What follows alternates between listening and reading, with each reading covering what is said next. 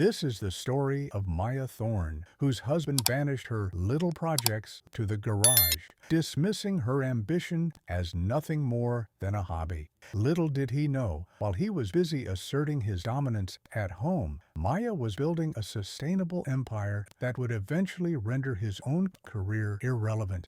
It is a powerful tale of quiet persistence and the moment a woman's hidden success finally comes into the light. She had claimed the space 6 months after their wedding, when David made it clear that her little projects were cluttering up the spare bedroom he had envisioned as his home office. He had said it with a smile. He always said things with a smile, but the message was unmistakable. Her work was in the way. Her work was less important than his. Her work, such as it was, belonged in the garage, with the lawn equipment and the holiday decorations and the other things that mattered only occasionally. She did not argue. She had learned in the early months of her marriage that arguing with David was like trying to hold back the tide with a sieve. He was a mid-level manager at a logistics firm, a man who had climbed high enough to feel important, but not high enough to feel secure.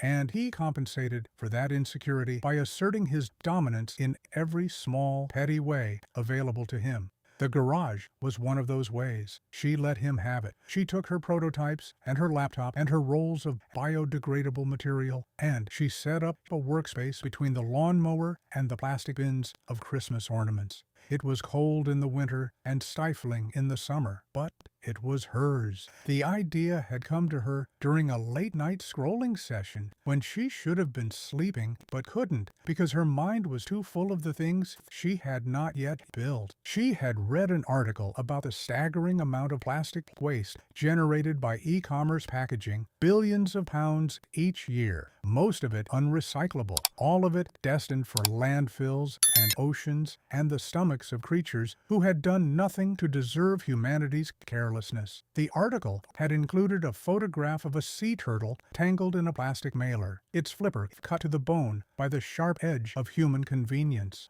She had stared at that photograph for a long time. Then she had closed her laptop and gone to the garage and begun to work. The first prototypes were crude. She used a combination of mushroom-based mycelium and agricultural waste, corn husks, hemp fibers, the kinds of materials that were abundant and renewable and utterly ignored by an industry built on petroleum. She grew the packaging in molds she had made herself, nurturing the pale, root-like structures as they spread and hardened into shapes that could cradle a wine bottle, a smartphone, a piece of electronics.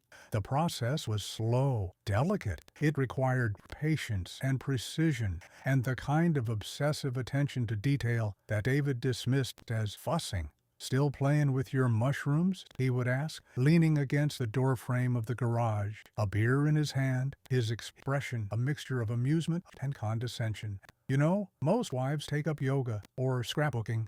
It's not mushrooms," she would say for the 100th time. "It's mycelium. It's a completely different—" "Sure, sure." He would wave his hand, dismissing the distinction as irrelevant. "Just try to keep the clutter contained, okay? I don't want the neighbors thinking we're running a compost heap out here." He would walk back inside, and she would return to her work, her hands steady, her focus unbroken. She had learned to let his words wash over her like water over stone. They no longer stung the way they once had. They were simply data, information about the man she had married, the man who had promised to support her dreams and was instead teaching her, day by day, that her dreams were not worth supporting. The coding began as a necessity. The packaging was only half the solution. The other half was getting it into the hands of businesses that could use it. She needed a platform, a logistics system that would connect sustainable packaging suppliers with e-commerce companies, streamlining the process, reducing costs, making it as easy to choose biodegradable materials as it was to choose plastic. She had no formal training in software development. She had taken a single coding class in college years ago and retained just enough to know that she could learn the rest. So she learned. She spent her evenings in the garage, her laptop open beside her prototypes, working through tutorials and forums and the slow, painful process of building something from nothing. The first version of the platform was ugly, clunky, barely functional, but it worked. A small online boutique that sold handmade candles agreed to test it, ordering a shipment of her mycelium packaging and using the platform to track the delivery and measure the environmental impact. They paid her $200. She printed out the invoice and taped it to the wall of the garage, a small flag of validation in a space that had seen so little of it. David did not notice the invoice. He did not notice the growing stack of orders, the expanding network of small businesses that were signing up for the platform, the quiet, steady hum of a company being born in the margins of their life. He noticed only what inconvenienced him. The boxes of raw materials that encroached on his parking space, the faint earthy smell that clung to her clothes, the hours she spent in the garage instead of in the living room, watching television with him and pretending to be interested in his day. "You're spending a lot of time out there," he said one evening as she emerged from the garage with sawdust in her hair and a smear of mycelium on her cheek. "What are you actually doing? Building a fort?" "I'm building a business," she said. "I told you, sustainable packaging, a logistics platform." He laughed. It was not a kind laugh. It was the laugh of a man who had never built anything himself, and therefore believed that building things was easy, trivial, the domain of hobbyists and dreamers. "A business, right? And how much is this business making? $10? $20? She did not answer. She had learned by then that sharing her successes with David only gave him ammunition. If she told him about the $200, he would mock it as insignificant. If she told him about the growing waiting list of businesses that wanted to use the platform, he would dismiss it as a fluke. The only way to protect what she was building was to keep it hidden, to let it grow in the dark, away from the withering light of his contempt. The night she celebrated her first $1,000 in sales, she did not tell him. She sat alone in the garage, surrounded by her prototypes and her laptop and the small, precious evidence of what she had built. And she let herself feel it. $1,000. It was not a fortune. It was not enough to quit her day job. She worked part-time at a local nonprofit, a position David had encouraged because it was low pressure and left her time to take care of the house. But it was real. It was hers. It was proof that the things she had built in the cold and the heat and the constant grinding dismissal of the man who was supposed to believe in her was not a hobby. It was a business, and it was growing. David came home late that night, smelling of beer and the particular satisfaction of a man who had spent the evening complaining about his job to colleagues who shared his grievances. He found her in the kitchen, making tea, a small smile on her face that she could not quite suppress. "You look pleased with yourself," he said, pouring himself a whiskey. "What happened? Did one of your mushrooms finally grow into a real boy?" "I hit $1,000 in sales today," she said. The words came out before she could stop them. She had wanted to tell someone. She had wanted to share this small, hard-won victory with the person who was supposed to be her partner. $1,000, David, from the packaging and the platform. People are actually paying for what I'm building." He stared at her for a moment. Then he laughed. That same laugh, dismissive and condescending.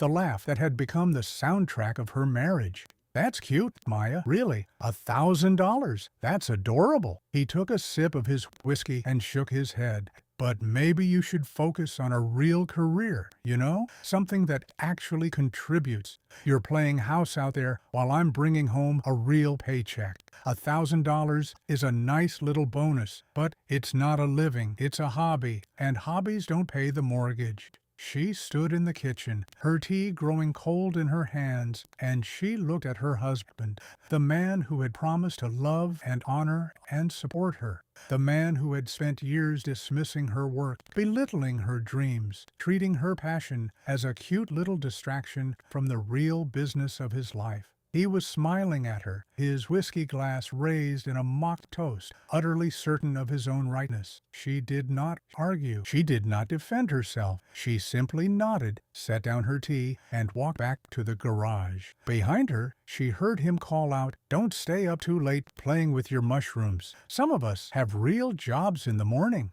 She closed the garage door and stood in the quiet of her workspace, surrounded by the evidence of what she had built. The prototypes, pale and sturdy, grown from nothing into shapes that could change the world. The laptop, glowing softly, its screen filled with code she had written herself. The wall, where she had taped the invoices and the thank you notes, and the small, precious proof that she was not playing house. She was building one. She sat down at her workbench and opened her laptop. There were orders to process, code to improve, a business to grow, and she had learned through years of David's dismissal that the only way to protect what mattered was to keep building it, quietly, persistently, in the dark. One day the light would come, and when it did, she would be ready.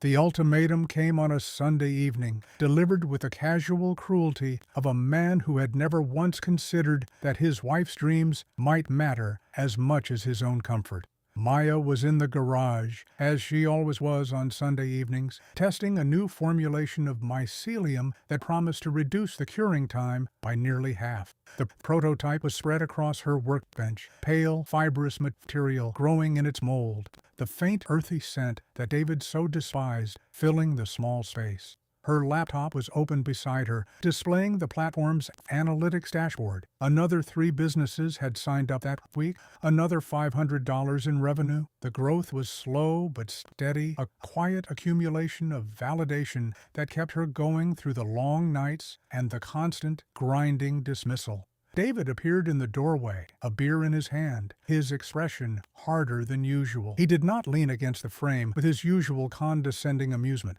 He stood rigid, his jaw tight, his eyes sweeping over her workspace with undisguised contempt. "We need to talk," he said. Maya set down her tools and turned to face him. "About what?" "About this." He gestured at the garage, the prototypes, the laptop, the rolls of biodegradable material stacked against the wall. "This has gone on long enough, Maya. You're spending every spare minute out here. The house is a mess. Dinner is never ready on time. I can't remember the last time you asked me about my day." "I asked you about your day this morning," she said quietly. "You told me it was fine, and then spent 20 minutes complaining about your boss." His jaw tightened further. "That's not the point. The point is that this," he gestured again, more violently this time, "this hobby is taking over your life, and it's taking time away from your duties, from our marriage." Maya looked at him, her husband, the man who had promised to support her dreams, to be her partner, to build a life together. He was standing in the doorway of the garage, the space he had exiled her to, and telling her that her work was interfering with her duties, as if her purpose in this marriage was to cook his meals and listen to his complaints and keep his house clean while he pursued his own ambitions. "It's not a hobby," she said. Her voice was calm, steady, the voice of a woman who had finally stopped pretending. "It's a business. I have customers. I have revenue. I have a waiting list of companies that want to use the platform. This is real, David. I'm building something real." He laughed, that same dismissive laugh, but sharper now, edged with something that sounded almost like fear. "Real. You're growing mushrooms in our garage and playing on your laptop. That's not a business. That's a distraction, and I'm done indulging it." "Indulging it?" "Yes, indulging it. I've been patient, Maya. I've let you have your little craft project out here, but it's time to be realistic. You need to shut down the website, clear out the garage, focus on what actually matters, our home, our marriage, your real responsibilities." The words hung in the air between them, heavy and final. Maya looked at her husband, the man she had loved, the man she had believed in, the man who had spent years dismissing and diminishing her, and she felt something shift inside her. Not anger, not grief, something colder, something clearer. The last thread of hope she had been clinging to, the hope that he might one day see her, value her, believe in what she was building, snapped. "No," she said. His eyes widened. "What? No? I'm not shutting down the website. I'm not clearing out the garage. I'm not giving up what I built because it makes you uncomfortable that I have something of my own." Maya, I've spent years making myself small for you, she continued, her voice rising for the first time. I took my work out of the spare bedroom because you wanted an office. I worked in the cold and the heat and the constant grinding dismissal of the man who was supposed to support me. I let you mock me, belittle me, treat my dreams like a cute little hobby that you could tolerate as long as it didn't inconvenience you. And I'm done. I'm done shrinking myself to fit into your narrow idea of what a wife should be. David's face had gone pale, then red. You're being ridiculous. You're throwing away our marriage over some mushrooms and a website? I'm not throwing away anything, she said. You threw it away years ago. Every time you laughed at me, every time you dismissed me, every time you treated my work like it was less important than yours because it didn't come with a corporate title and a regular paycheck. You threw away this marriage, David. I'm just finally accepting that it's gone. The argument that followed was long and ugly and utterly predictable. David raged. He threatened. He tried to reason, then to manipulate, then to guilt. Maya remained calm, her hand steady, her voice quiet.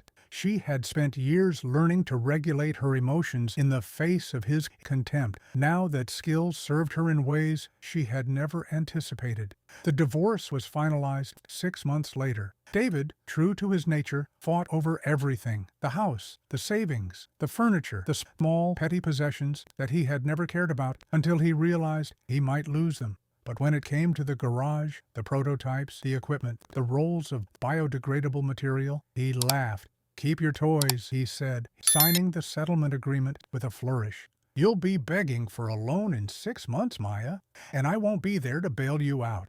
Maya took her toys. She packed them carefully into a rented van, along with her clothes and her laptop and the small box of personal items that had survived the division of their shared life. She drove away from the house they had bought together, from the garage where she had built the foundation of her future. And she did not look back.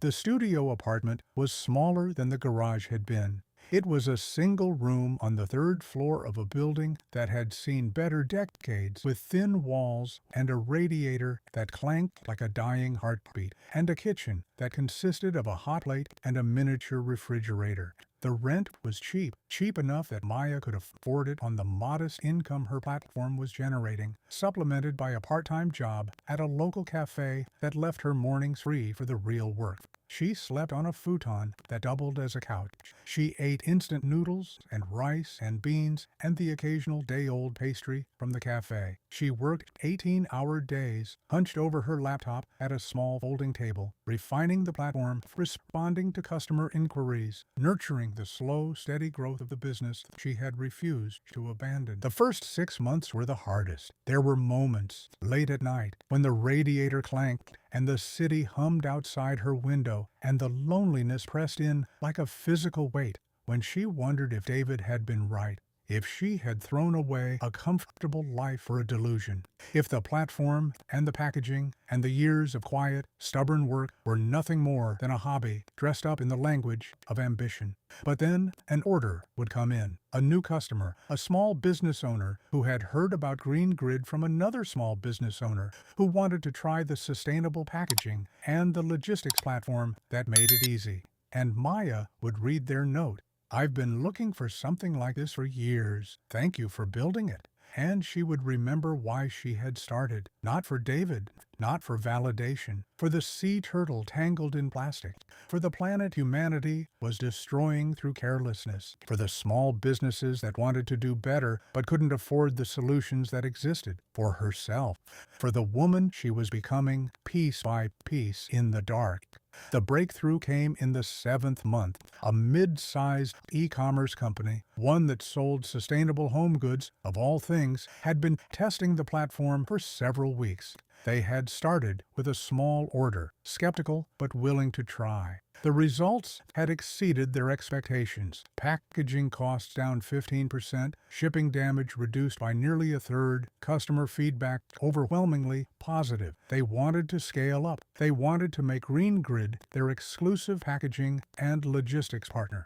The contract was worth more than Maya had made in the entire previous year. She sat in her tiny apartment, staring at the email, her hands trembling. Then she stood up, walked to the small kitchen area, and opened the miniature refrigerator. Inside was a single bottle of cheap champagne that she had bought months ago, on the day she moved in, telling herself she would open it when something worth celebrating happened. She opened it. She poured a glass. She drank it, standing at the window, looking out at the city that had no idea who she was, and she let herself feel it. The validation, the vindication, the quiet, fierce joy of a woman who had been told she was playing house and had built an empire instead. David did not know. He had blocked Maya on every platform, erased her from his life as thoroughly as he had once dismissed her work. But she knew, and that was enough. The breakthrough in the dark had come. The garage toys had become a real business, and Maya, the woman who had been laughed at and belittled and told she would be begging for a loan, was just getting started. The first warehouse was a converted textile mill on the edge of the industrial district, a sprawling brick building with high ceilings and tall windows that let in the pale northern light. Maya signed the lease on a Tuesday morning, her hand trembling slightly as she wrote her name on the dotted line. The space was 10 times larger than her studio apartment, 100 times larger than the garage where she had started. It felt like a cathedral. It felt like a promise. The day she moved in, she stood in the center of the empty floor and turned slowly, taking in the exposed beams, the scarred wooden floors, the faint smell of machine oil and cotton dust that still lingered after decades. This was hers, not David's, not anyone's. Hers. She had built something from nothing, and now it had a home. The first employees were a motley crew of believers and dreamers. Priya, a supply chain specialist who had left a comfortable corporate job because she was tired of being told her ideas were too ambitious. Marcus, a software developer who had been passed over for promotion 3 times at his previous company because he didn't fit the culture. Elena, a single mother who had been working 2 jobs to support her daughter and who had taught herself sustainable materials science through online courses in the precious hours between shifts. They came to Maya because they had heard about what she was building, a company that valued people over profit, innovation over hierarchy, the quiet, stubborn work of making the world better over the empty performance of corporate success. She hired every one of them, not because she was generous, but because she recognized them. They were her years ago, working in the cold garage, dismissed and diminished and desperate for someone to see what they could become. She saw them, and she gave them the thing David had never given her, a chance. The culture of EcoStream grew organically from those early days. They had no corner offices, no reserved parking spots, no elaborate hierarchies of status and privilege. They had a shared kitchen where everyone ate together, a weekly meeting where anyone could present an idea, and a simple rule: treat each other with respect. It was the opposite of everything David had valued: the corporate ladder, the performative dominance, the small petty cruelties that passed for ambition in his world.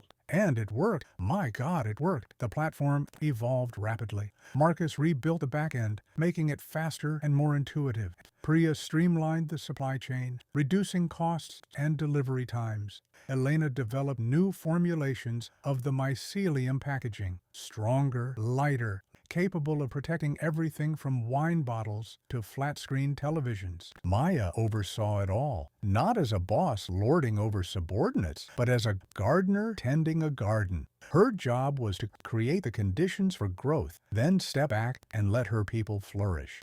The retail conglomerate came calling in the second year. They were one of the largest e-commerce players in the country, a household name that shipped millions of packages annually. Their sustainability officer, a sharp-eyed woman named Catherine, had been tracking EcoStream for months, watching its growth, analyzing its metrics.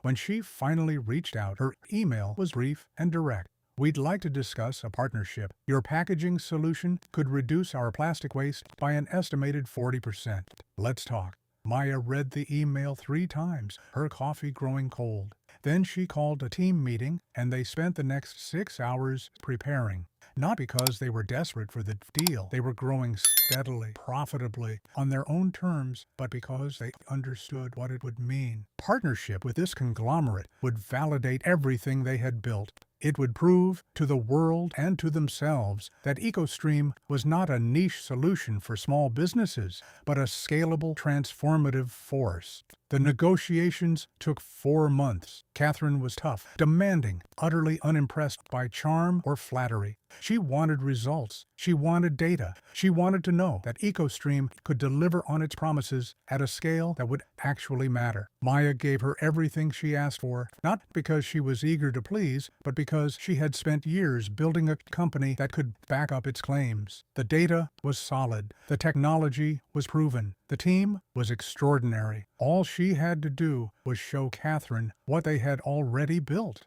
The contract was signed on a Friday afternoon. It was worth more than the combined revenue of EcoStream's first 2 years. Maya gathered the team in the main warehouse, surrounded by pallets of their mycelium packaging, and she told them. There were tears. There was champagne. Good champagne, not the cheap bottle she had celebrated with in her studio apartment. There was the quiet, electric hum of a group of people realizing that what they had built together was real. She thought about David that night, not with anger, not with vindication, just with a kind of distant curiosity. He was still at his firm, as far as she knew, a mid-level manager in a mid-level company, climbing a ladder that led nowhere. He had laughed at her toys. He had told her she would be begging for a loan. He had been so certain of his own superiority, so convinced that the only path to success was the one he walked. He had been wrong about everything. The headquarters came in the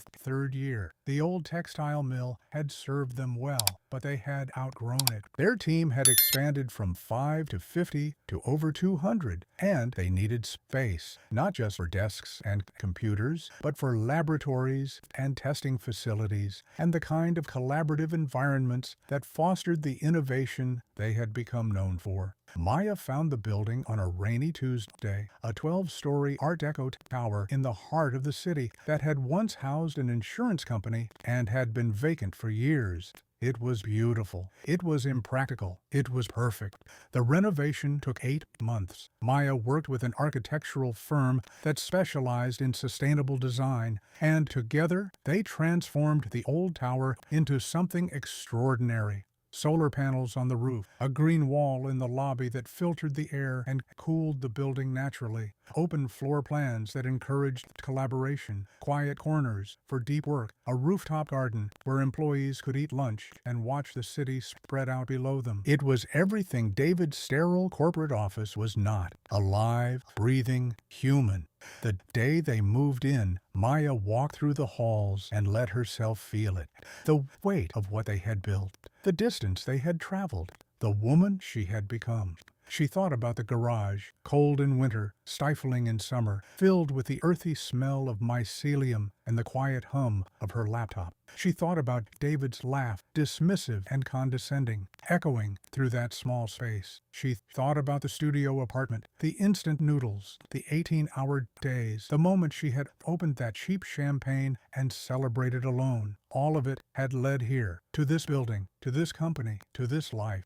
Maya stood at the window of her office, a modest room on the 8th floor, no larger than anyone else's, and looked out at the city. Somewhere out there, David was still living his life, still climbing his ladder, still believing that success was measured in titles and paychecks, and the approval of men who would never see him as an equal. He had no idea that the woman he had dismissed, the hobby he had mocked, had grown into something he could never have imagined. But Maya knew, and that was enough. The acquisition was announced on a Monday morning in a company-wide email that David read 3 times before the words stopped blurring. His department was being eliminated. Not downsized, not restructured. Eliminated. 23 years of climbing the corporate ladder, of sacrificing evenings and weekends, and the woman who had once loved him. And it all ended with a generic memo and a severance package that would cover 6 months if he was careful. He was not careful. David had never been careful. He had leased a luxury sedan, bought a house in the right neighborhood, cultivated the image of a man who was going places. The image required maintenance. The maintenance required money. And the money, after 2 decades of lateral moves and missed promotions, and the slow, grinding realization that he had peaked years ago, was running out. The first month was a blur of denial. He told himself the severance would last longer than it did. He told himself his network would come through. All those lunches and golf games and after-work drinks with men who had called him a friend. But the calls went unreturned. The emails bounced back with automatic replies. The men he had cultivated were climbing their own ladders, and David, without a title or a company behind him, had become invisible. The second month was fear. He canceled the country club membership. He traded in the luxury sedan for something practical and used. He stopped opening the credit card statements, letting them pile up on the kitchen counter like a monument to his unraveling. At night, he lay awake in the house that had once felt like a trophy and now felt like a cage, staring at the ceiling, trying to remember how he had ended up here. The third month was desperation. He applied for everything: senior roles, mid-level roles, roles he would have dismissed as beneath him just a year ago.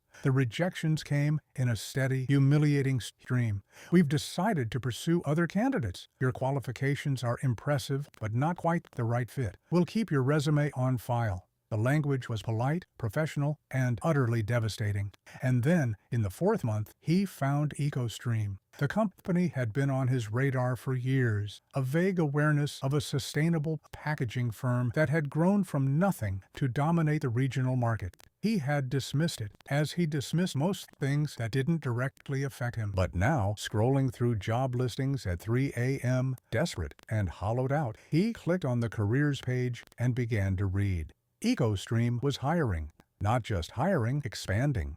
The job posting was for a senior vice president of operations, a role that seemed almost tailored to his experience. Logistics, supply chain, team management. The salary was generous, the benefits exceptional, the location a gleaming tower in the heart of the city.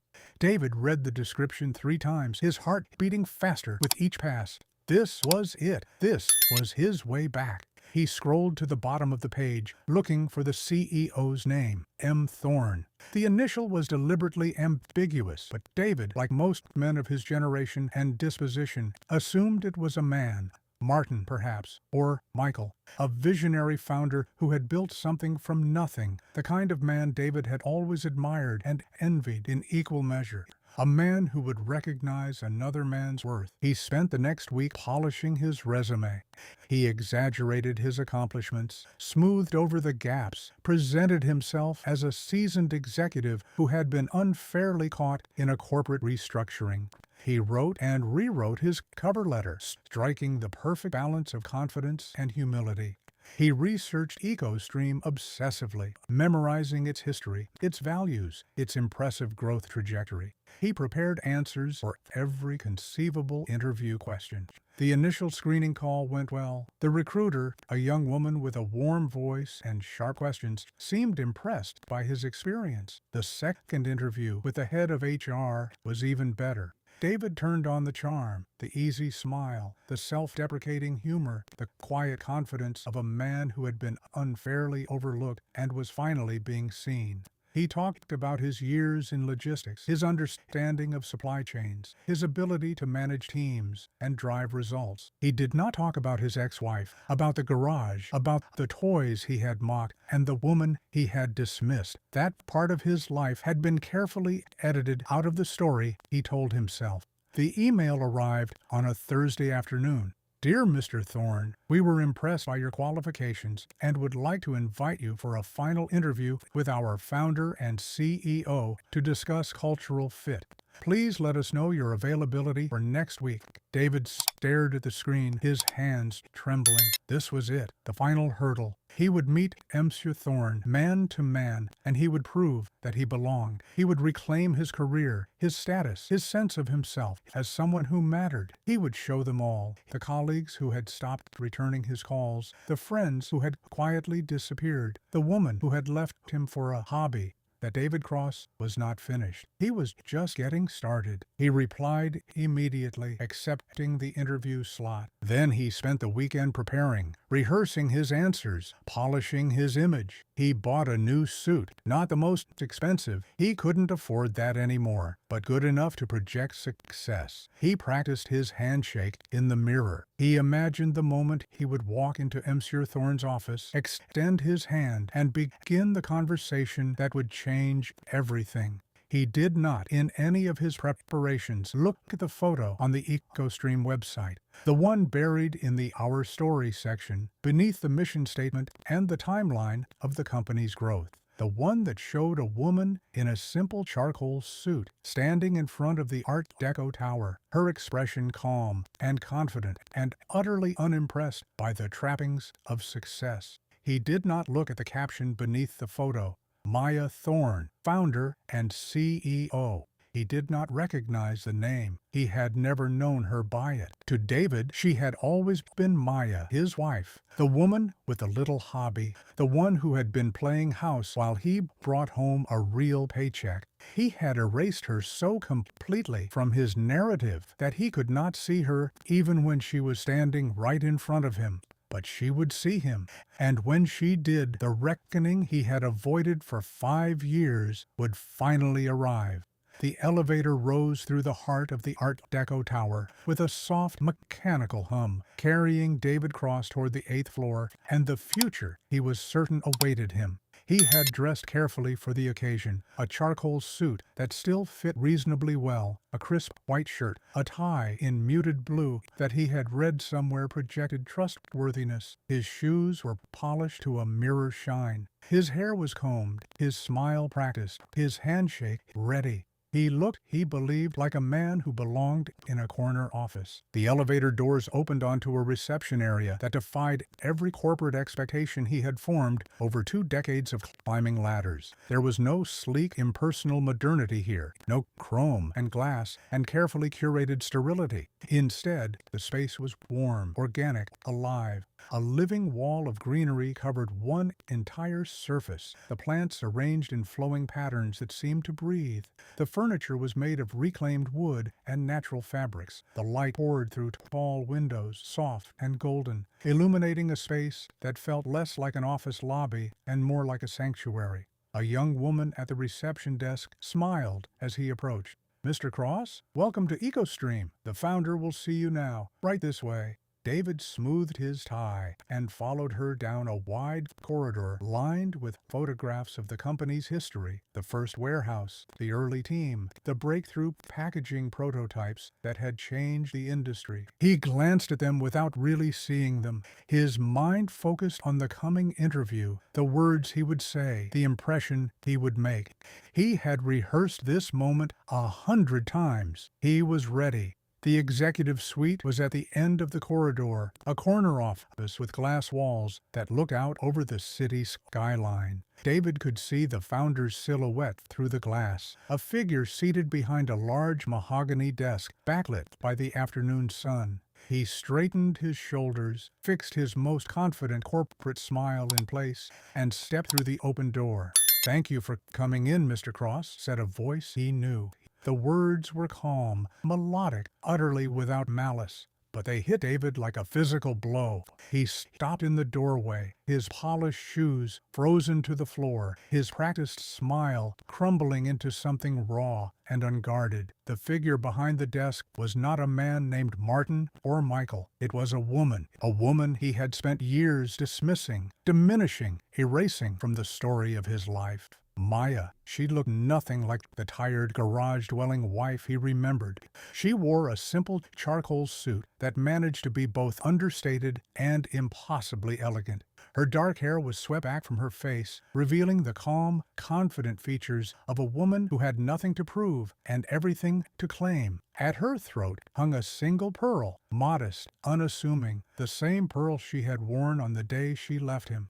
Behind her, the city skyline glittered in the afternoon light, a kingdom she had built while he was still climbing ladders that led nowhere. David's mouth opened, but no words came. His carefully rehearsed introduction, "Mr. Thorne, it's an honor to meet you," died on his lips. The resume in his hand suddenly felt like a confession, a document that listed every accomplishment he had exaggerated, every gap he had smoothed over, every version of himself he had invented to hide the truth of who he was. Maya gestured to the chair across from her desk. "Please, sit." He sat, not because he wanted to, but because his legs would no longer hold him. The chair was comfortable. Everything in this building was comfortable, designed for humans rather than status. But David felt as though he were sitting on a bed of nails. His eyes darted around the office, taking in the details he had missed in his shock. The photographs on the wall. Maya with her team, Maya at the opening of the first warehouse, Maya accepting an award he had never heard of because he had never bothered to follow her career. The small, scarred oak table in the corner, a piece that looked wildly out of place in this elegant room, but which David recognized with a sickening lurch. It was the work table from the garage. She had kept it. Maya picked up a single sheet of paper from her desk, his resume. She looked at it for a long moment, her expression unreadable. David watched her eyes move down the page, lingering on the sections he had carefully crafted to hide the years of stagnation, the lateral moves, the slow, grinding decline of a career that had never been as impressive as he pretended. "I see here you're looking for a real career, David," she said finally. Her voice was calm, melodic, utterly without the venom he might have expected, or perhaps hoped for. Venom would have meant she still cared. This calm, this peace, was far more devastating. "That's the phrase you used in your cover letter, I believe. I am seeking an opportunity to transition into a real career with long-term growth potential." She set down the resume and looked at him. Her eyes were the same dark, thoughtful eyes he remembered, but there was something different in them now. Something that had not been there during the years of his dismissal. A quiet, unshakable certainty. The certainty of a woman who had built an empire from nothing and knew exactly what she was worth. "But our company values ambition and vision," she continued. "Qualities you once told me were just a little hobby." I remember that conversation very clearly, David. You were standing in the doorway of the garage, a beer in your hand, and you told me that my work was a distraction, that I was playing house while you brought home a real paycheck. Do you remember? David's throat was dry. He managed a single jerky nod. "I remember too," Maya said. "I remember every time you laughed at me, every time you dismissed me, every time you treated my dreams like they were less important than yours because they didn't come with a corporate title and a regular paycheck.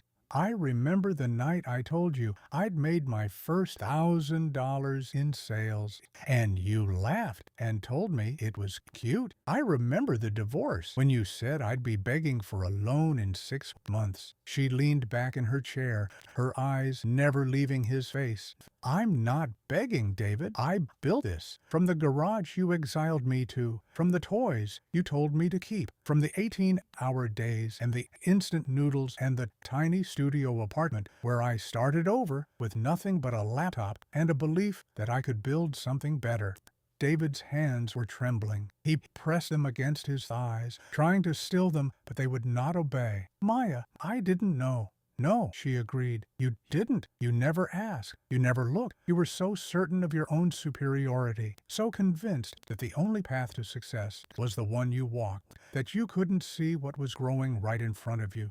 And now you're sitting in my office, applying for a job at the company that hobby became, hoping I'll give you a chance to rebuild the life you threw away." She picked up his resume and held it out to him. "I don't think you'd fit in here, David. You see, at EcoStream, we don't play house. We build the future, and we do it with people who see each other, who value each other, who understand that ambition doesn't always wear a suit and carry a corporate title. Sometimes it wears stained jeans and works in a cold garage, growing mushrooms and writing code and refusing to give up even when the person who promised to love her tells her she's wasting her time." David stared at the resume in her outstretched hand. He did not take it. He could not move. He was frozen in the chair, a man who had just watched his entire understanding of himself and the world collapse into rubble. "The interview is over, Mr. Cross," Maya said. Her voice was still calm, still melodic, still utterly without malice.